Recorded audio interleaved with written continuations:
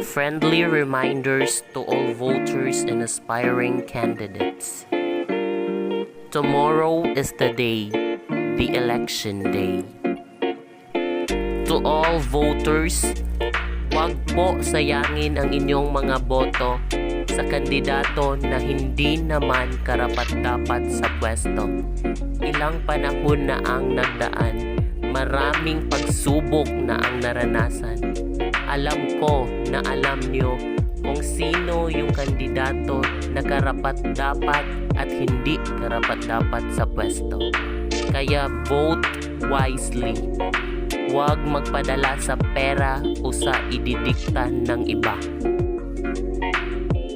To aspiring candidates, huwag po magsamaan ng loob dahil tayo ay tao lamang.